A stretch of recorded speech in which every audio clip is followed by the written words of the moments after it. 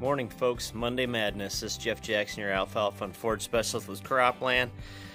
So I've already taken multiple calls this morning about a potential frost or freeze coming with some snow, and guys are wondering what they do, how they manage that thing. I tell you what, guys, there's no cookie cutter answer for this piece. Just consider a few things. After we go through a freeze event, there can be an accumulation of nitrates extra in that plant if it wasn't high before. So again, if you want to be able to limit the nitrates, go ahead and cut it this week before it freezes hard and you get the snow on it. The problem is now you have a windrow laying on the ground that's going to have snow on it. The caveat to that might be the fact that if you have windrows laying on the ground and it gets some snow on it and it melts off, you might get a dry place in between those windrows to roll that windrow to later. So it might be a catch-22. You're going to get some snow and some ice, but maybe you get some sunshine on the ground next to it and you can roll it over in the next few days or the next week or 10 days, whatever it might be. We can't tell for sure, and get that taken care of.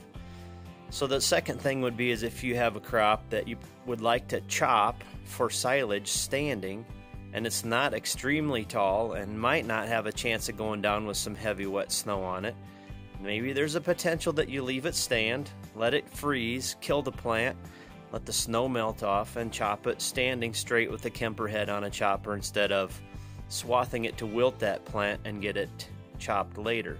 So I mean, there's multiple ways to look at this. I don't have the right answer today because everybody's situation is different. What they need for hay, what they need for feed, the equipment they have available, when the chopper can get there, all of these things are variables that I can't answer today.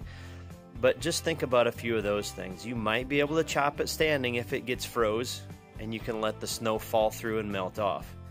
Otherwise, you'll have the windrow laying there. Here's another consideration that a guy proposed to me today as well. If I have a custom chopper come and chop it standing, they're going to chop it 8, 10, 12, 16 inches high, and I've only got 5 foot of plant to begin with. So if I swath it, I can gain that extra tonnage. I'll take the chance of laying it on the ground and letting it sit there for a few days. It's going to be cold. We shouldn't have any mold or yeast problems at that point as well. So his theory was, I'm going to go ahead and swath it this week.